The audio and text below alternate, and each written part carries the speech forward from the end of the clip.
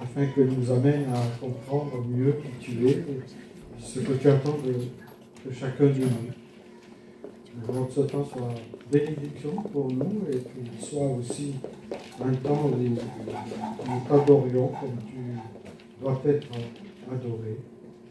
Nous t'apportons cela dans celui qui a donné sa vie pour chacun de nous, afin que nous ayons part à cette vie éternelle, au nom de Jésus.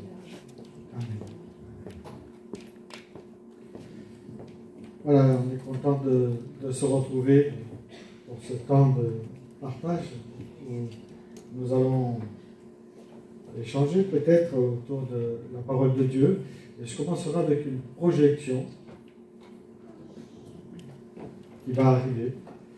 Voilà, une projection. Alors peut-être qu'il y en a qui comprennent, d'autres qui ne comprennent pas ce que ça veut dire.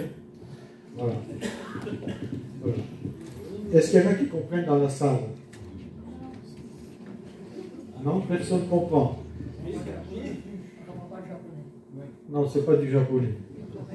Cherchez les amis, cherchez. Ah oui. Ah oui. Alors vous avez compris ce que ça signifie, ces paroles-là? Alors moi, je ne comprenais pas non plus, donc j'ai demandé à un interprète de venir. Et donc je lui ai demandé à Jinjin de nous dire ce que c'est au micro, pour qu'ils entendent bien cette parole qui va vous faire du bien peut-être. Ou je ne sais pas. Vas-y. Alors, c'est du chinois, c'est pas du japonais. C'est Wu Fa Wu Tian, donc ça veut dire sans loi et sans ciel. Voilà, autrement dit, c'est quelque part, ces paroles-là, il faut les enlever maintenant, c'est quelque part le fait de vouloir mépriser tout ce qui est institution, tout ce qui est loi. Hein. Donc, voilà, je pense aussi, au travers de cette parole, du célèbre poète et chanteur Léo Ferré, peut-être les jeunes ne connaissent pas, mais les moins de 25 ans n'ont pas eu ce privilège de l'entendre, et même plus. Donc il a écrit une célèbre chanson dans les années 60. Je ne sais pas s'il y en a qui se souviennent de cette chanson dans les années 60 qui rejoint assez ce texte. Ni Dieu, ni maître. Chanson anarchique qui dénonçait quelque part la peine de mort, mais qui refusait toute forme de pouvoir, que ce soit pouvoir religieux ou pouvoir politique ou social. Et en fait, il a repris cette devise de Louis-Auguste Blanqui qui disait « Ni Dieu, ni maître ». Devise aussi reprise lors des événements de mai 68. Alors là, il y a quelques-uns qui ont vécu cela, ces événements, remettant en cause en fait toutes les institutions traditionnelles, religieuses, n'en parlons pas, on y a eu droit. Et il y avait cette phrase, il est interdit. Et voilà.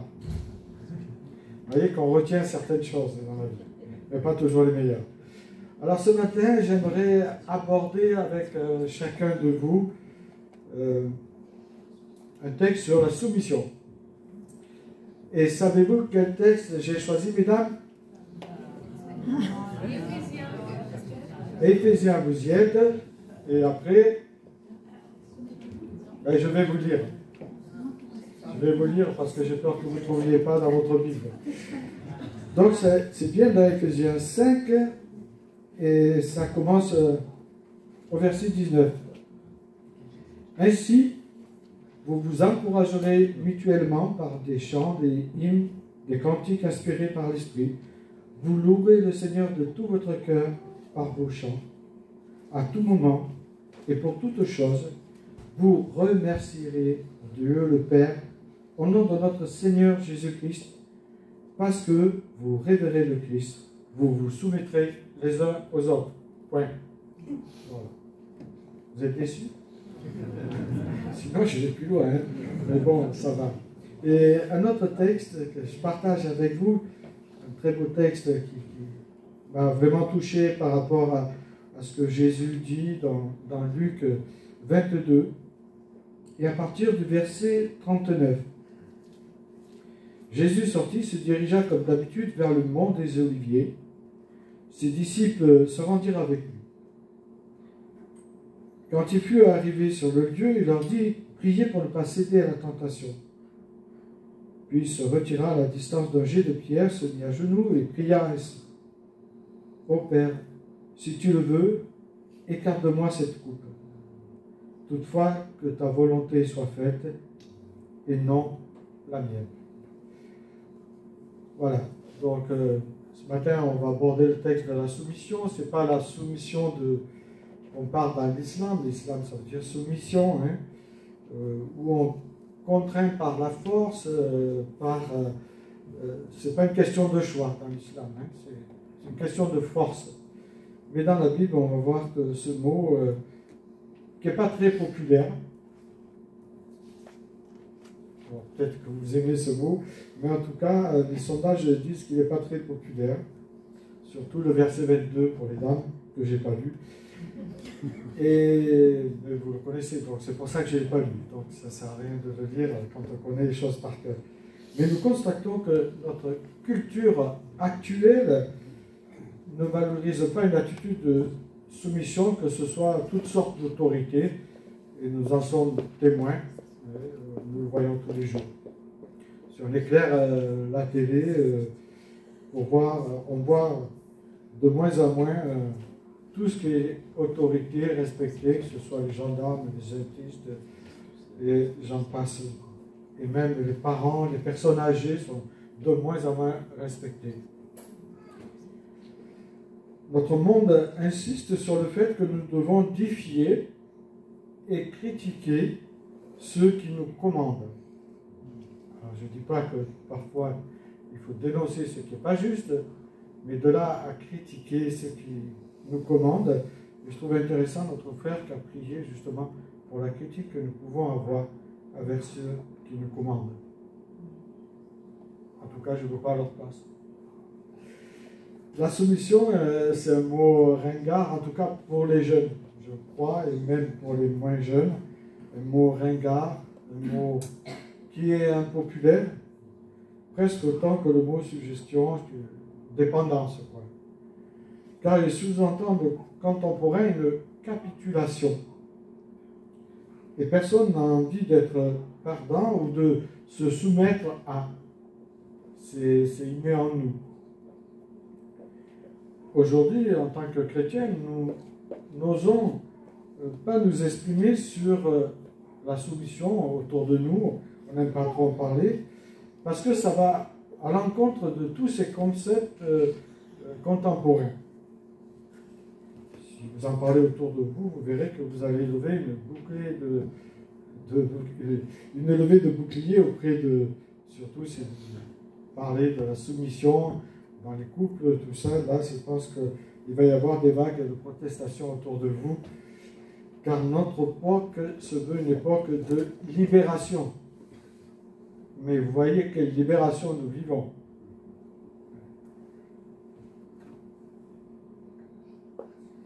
Et je reviendrai justement sur le mot soumission, qui étymologiquement c'est se mettre en dessous la personne, en dessous, au-dessous, dessous, de ou qui.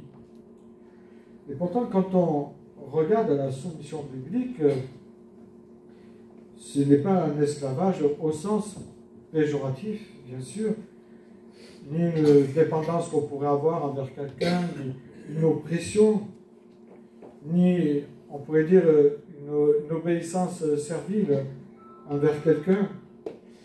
Et comme le dit si bien John Stott, que j'aime beaucoup ce théologien, John Stott, il dit « Nous devons tout faire pour vérifier ce terme de connotation négative, pour retrouver son sens spécifiquement biblique. » Bien sûr, il parle du sens biblique du mot soumission que nous retrouvons dans l'Écriture. Je dirais que la soumission biblique n'est pas du masochisme, ni due au syndrome de Stockholm, bien au contraire. Elle fait simplement partie du plan de Dieu pour chacun de ses enfants. Soumettez-vous les uns aux autres. Et si vous lisez le texte avant, il est question de la plénitude du Saint-Esprit. Alors, on veut tous la plénitude du Saint-Esprit, hein? Amen? Non? Eh bien, vous avez juste à vous soumettre et vous serez remplis de l'Esprit. C'est le texte qui le dit, c'est pas moi. Donc, souvent, on cherche un peu à faire de olé, ola. Non, non. Le texte est très clair. Soumettez-vous les uns les autres pour ne pas être enivrés de vin, dit l'apôtre Paul, mais remplis de l'Esprit. La soumission, c'est de l'adoration, en fait, puisque c'est une obéissance à Dieu. La notion même de soumission n'est pas infâme, puisque Jésus lui-même, en tant que Fils de Dieu, il s'est soumis au Père alors qu'il était Fils de Dieu. Et il a fait quelque chose d'extraordinaire en allant à la croix, puisqu'il nous est dit dans Éphésiens au chapitre 2, du verset 5, « Tendez à vivre ainsi entre vous, car c'est ce qui convient quand on est uni à Jésus-Christ. Lui qui, dès l'origine, était de condition divine, ne cherchant pas à profiter à l'égalité avec Dieu, mais il s'est dépouillé lui-même, et il a pris la condition du serviteur, il se rendit semblable aux hommes en tout point, et tout en lui montrant qu'il était un homme. » Jésus lui-même a dit à ses apôtres, si quelqu'un veut être grand, hein, c'est-à-dire avoir des grandes responsabilités dans l'Église, j'espère que vous en voulez. Voilà. Donc je vous ai endormi, ou alors vous avez peur, hein. Il n'y a pas de piège, hein. Je lis tout simplement. Hein. C'est Matthieu 10, 43, il dit, si quelqu'un veut être grand parmi vous, moi je suis petit, donc qui se sort du lot, eh bien, qu'il soit votre serviteur. Et c'est le mot, diaconos, c'est serviteur, mais c'est aussi identifié à être ministre du Christ. Le serviteur, c'est le ministre du Christ. Quand on sert, on devient ministre du Christ. Quand on fait le ménage, on est ministre du Christ. Et oui. Et donc, si vous voulez ce nom honorable de coller sur vous, venez faire le ménage, messieurs, mesdames. J'en profite aussi pour ouvrir une petite parenthèse sur Éphésiens 5, 21. J'y arrive parce qu'on me dit quand est-ce que tu vas en parler. Donc, je vais en parler succinctement. Femmes, soyez soumises à vos maris. Ah. Et voilà. Et si on s'arrête là, c'est pas fini. Qui c'est qui a dit que c'était pas fini? Ah bon. Alors c'est un sujet qui fâche, si on s'arrêtait là, un sujet qui peut déranger, un sujet tellement brutal et aussi brûlant, qui exaspère certaines femmes et suscite en elles, je crois, une incompréhension. Je peux comprendre car j'ai tellement entendu des abus avec ce mot-là, et des malentendus, alors n'en parlons pas. Pourtant, il est dit, femmes, soyez soumises à vos maris, comme au Seigneur, pas n'importe comment. Dans la soumission biblique, il n'est jamais question de domination. C'est les despotes qui dominent. Dans la soumission biblique, ce n'est pas question de domination. Mais c'est plutôt une soumission mutuelle, comme nous devons l'avoir dans le corps de Christ, les uns envers les autres. Tout en préservant aussi une certaine hiérarchie, si j'ose dire, puisque question de celui qui a la responsabilité, je ne parlerai pas du mot chef qui est écrit, mais de responsabilité, que ce soit au sein du mariage, au sein des institutions, au sein de l'Église même. La soumission dont Dieu nous parle dans ce verset n'est rien d'autre que de l'humilité et du respect que nous devons avoir. Et selon le plan de Dieu, une femme ne doit plus s'attendre à obéir un homme qui pourrait être manipulateur, par exemple. Qui la tient à son pouvoir, ou qui la domine. Et cela, vous le trouvez dans Marc 10, hein? C'est pas moi qui le dis, c'est l'Écriture, au verset 42-43. Au contraire, elle doit s'attendre à se soumettre à celui qui dont le comportement ressemble au parfait serviteur du Christ. Et vous savez, ceux qui ont accompagné Jésus pendant plusieurs années, ils voulaient savoir quelle place ils allaient avoir, s'ils allaient être à droite, à gauche, s'ils allaient être devant. Et il y a même une maman là, qui a voulu prendre la défense de son petit. Hein. Voilà. Les mamans, c'est terrible. Et Jésus, il a donné des explications, toutes simples. Dans Jean 13, verset 1 à 17, il les a mis en cercle et il a pris le rôle de l'esclave, en fait, ou celui qui devait s'occuper de laver les pieds. Il leur a lavé les pieds. Il leur a dit, tout simplement, voilà, si vous voulez être grand parmi les autres, eh bien, apprenez à vous laver les pieds. Je traduis. En général, ce qui bloque dans notre soumission, que ce soit dans l'Église ou ailleurs, c'est une question d'orgueil, tout simplement. C'est l'orgueil qui nous empêche de nous soumettre les uns aux autres. Il ne faut pas oublier qu'il nous colle à la peau depuis la naissance. Le psaume 51 parle justement qu'on est avec ce péché en nous. Hein, il est là. On a beau faire ce qu'on veut, mais souvent il nous turlupine. Et donc, dès l'entrée de l'homme et de la femme, on voit que justement, ils vont pécher. Adam et Ève. Et ce péché, il nous colle aussi à la peau. C'est dans ce sol où toute espèce de péché germe en nous et grandit. L'orgueil peut grandir si on n'apprend pas à se soumettre. Vous serez comme des dieux. Hein, vous serez au-dessus d'eux, on pourrait dire. L'orgueil, c'est terrible parce que ça produit un aveuglement. Ça produit un terrible aveuglement sur notre besoin de recevoir conseils et instructions vis-à-vis de notre prochain. On dit qu'un cœur orgueilleux finit toujours par être imperméable à la réprimande. Mais le fait de ne pas se soumettre peut venir aussi d'une certaine peur de ne plus contrôler la situation ou même la personne.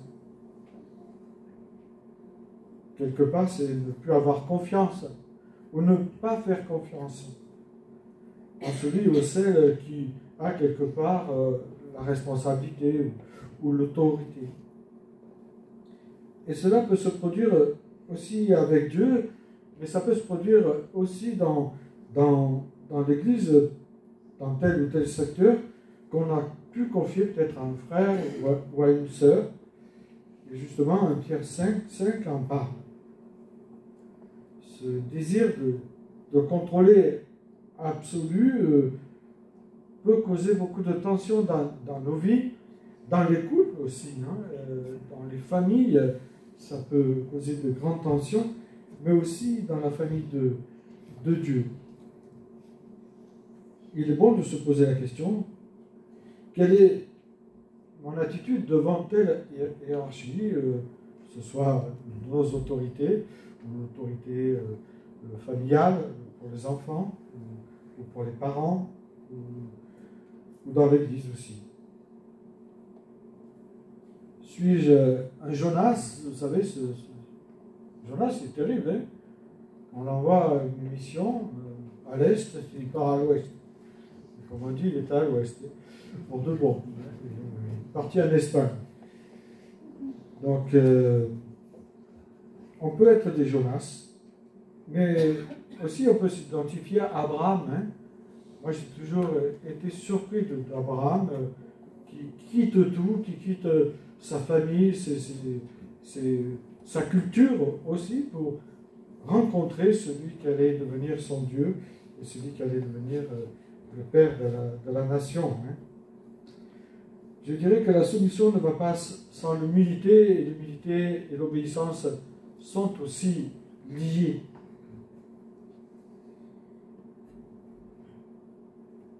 L'apôtre Paul dira dans la lettre aux Philippiens au chapitre 2, verset 3, « Ne faites rien par esprit de parti, par vaine gloire, mais que l'humilité, vous fasse regarder les autres comme au-dessus de vous-même. Vous savez, quand on a une fonction, on pense que cette fonction, c'est nous qui la conduisons le mieux possible. Et pourtant, quand on regarde les cimetières, il y a plein d'hommes indispensables et de femmes indispensables. Voilà. Et je crois qu'on doit apprendre aussi à lâcher prise de ce côté-là. Cela va de soi que la soumission dans la crainte de Christ, c'est le respect. Il ne faut pas oublier.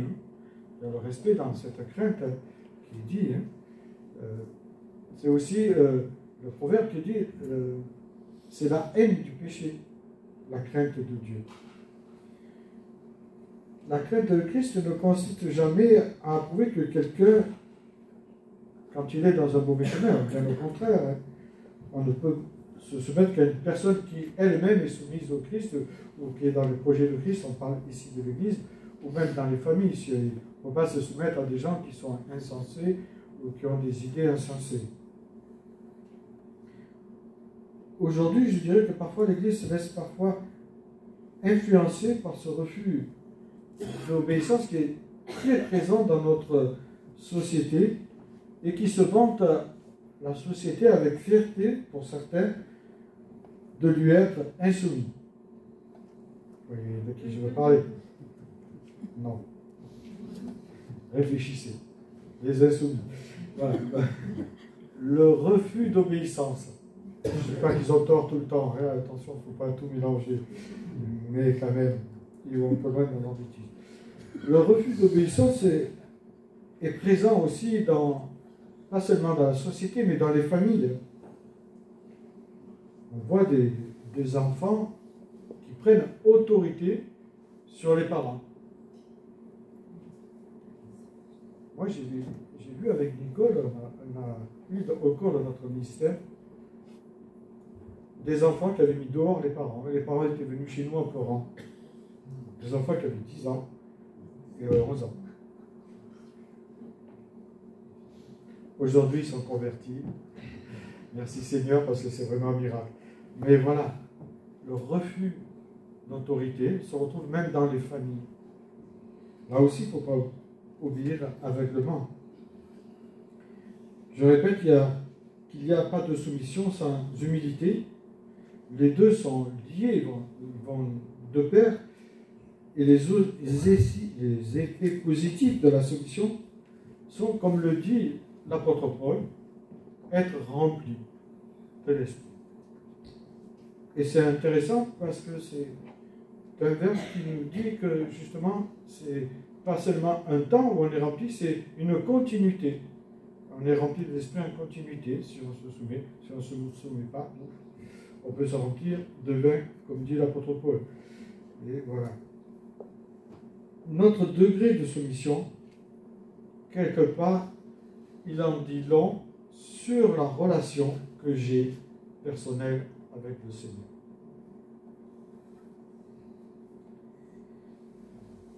L'histoire de Saül, très belle histoire au départ. Ce gars qui est choisi pour être le premier roi, à un moment donné, sa tête, elle s'enfle, comme on dit, hein, et il n'en fait qu'à sa tête. Il ne se soumet pas à ce que Dieu lui avait demandé. Dans 1 Samuel 15, 23, l'histoire va finir tragiquement, Dieu va tout lui enlever. Et je vais le lire, ce passage, parce qu'il est très beau pour nous rappeler où il est question d'Holocauste. Et Dieu préfère l'obéissance au sacrifice. Et puis, il dit, car l'insoumission, ou ça peut être traduit par révolte, est aussi coupable que le péché de divination. Souvent, on condamne ceux qui ont touché à des choses occultes. Mais là, on y en pleure. Et la désobéissance est aussi grave que le péché d'idolâtrie. Et puis, les conséquences qu'il y a eu pour Saül sont terribles. C'est un passage qui devrait nous interpeller, nous rappeler que Dieu attend de chacun de ses enfants qui se soumettent avec sagesse les uns aux autres. Il nous rappelle que l'insoumission est un péché, et même ça va jusqu'à la divination, Parce qu'aux yeux de Dieu, c'est le non-respect de son autorité qu'il a mis en place. En clair, je le redis, ce qui démontre notre soumission, c'est l'obéissance. Et je dirais que la soumission peut nous conduire à l'adoration. Vous n'êtes pas convaincus. Mais pourtant, je vous assure que c'est une réalité. Parce que c'est accepter la souveraineté de Dieu dans notre vie. Et si on accepte la souveraineté de Dieu dans notre vie, on peut être que dans l'adoration. On peut que apprendre dans son frère et sa sœur au travers de la croix. Et ça change beaucoup de choses. Parce qu'on sait qu'ils ne sont pas parfaits, vous savez que je ne suis pas parfait.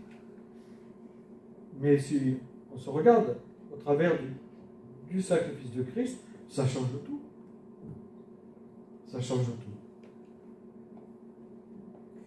Si nous désirons vraiment glorifier Dieu, alors il est indispensable que nous apprenions à nous soumettre. Parce que l'obéissance au Christ régit en fait toute relation, que ce soit nos responsabilités à la maison, auprès de peut-être nos patrons, ou au travail, ou dans l'église. Dieu n'exige pas cette soumission comme c'est dans l'islam, où c'est carrément un poids, c'est une lourdeur. C'est même comme si un tyran vous exigeait la soumission, pas du tout. Il est question d'une relation aimante entre le Christ. On comprend ce qu'il a fait, j'espère. Et si on comprend ce qu'il a fait, il va y avoir un amour qui va être dans notre cœur. Et cet amour va nous entraîner à vouloir lui obéir, à vouloir se soumettre à lui. Parce qu'on sait ce qu'il a fait pour nous. Et souvent, c'est parce que nous n'avons pas bien compris ce que le Christ a fait pour nous. Il nous a sortis de l'enfer. Parce que l'enfer existe. Regardez l'Ancien et le Nouveau Testament, vous allez trouver, ça existe. Donc il ne faut pas parler du Dieu bonbon, hein, ça n'existe pas, ça c'est chamallow, ou tout ça. Non, Dieu est bon. Voilà. Mais il est juste aussi. Et donc si on refuse sa grâce, si on refuse cette main qui nous tend, et qui nous invite à le suivre, on subira les conséquences, tout simplement. Dieu est un Père aimant. Il sait ce qui est bon pour chacun de nous. Et parfois, c'est difficile à accepter. Le plan, les projets de Dieu qui contrecarrent nos projets ou notre vision des choses ou notre désir de faire. Mais pourtant, on sait que derrière toute obéissance, il y a une bénédiction que Dieu en réserve. C'est pour ça que Jésus nous a laissé ce bel exemple dans le jardin de Gethsémani. Cette croix de Golgotha qu'on pense qu'il s'est levé au-dessus du jardin nous rappelle que lui est allé jusqu'au bout pour nous. Il s'est dépouillé, comme le dit Paul dans cette lettre aux Philippiens. Il a vraiment tout donné, ce qu'il avait de plus cher pour chacun de nous. Alors comment nous ne pourrions pas lui obéir? Il faudrait vraiment être entêté et tordu pour ne pas lui obéir quand on voit cet amour dans la croix de Golgotha. Et je reprends cette parole qu'il a dit aussi, et quand il était avec ses disciples qui devaient veiller et prier avec lui pour ne pas entrer dans la tentation. Père, si tu le veux, éloigne de moi cette coupe. Et puis il poursuit, toutefois, que ma volonté, que ta volonté se fasse et non pas la mienne.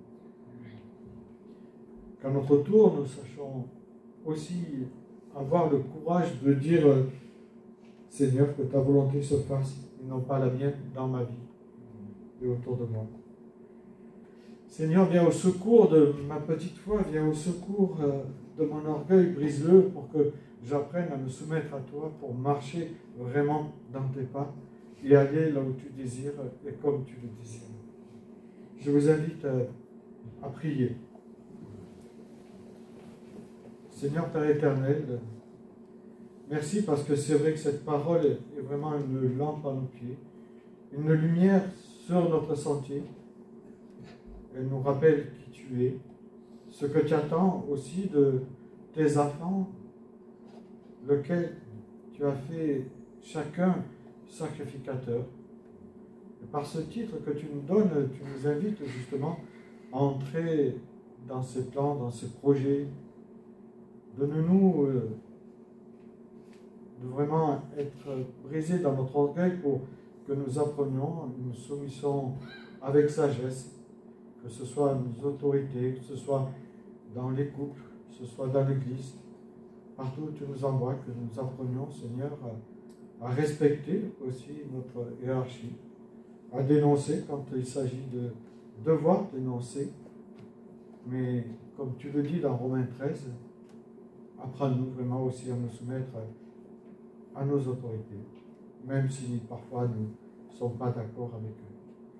Je te demande, Seigneur, que tu nous visites ce matin, que tu nous parles, que tu nous ramènes justement à ce que tu attends de chacun de nous, que par ton esprit, vraiment tu crées en nous un cœur pur, un cœur qui désire te suivre, malgré les moments compliqués que nous pouvons avoir.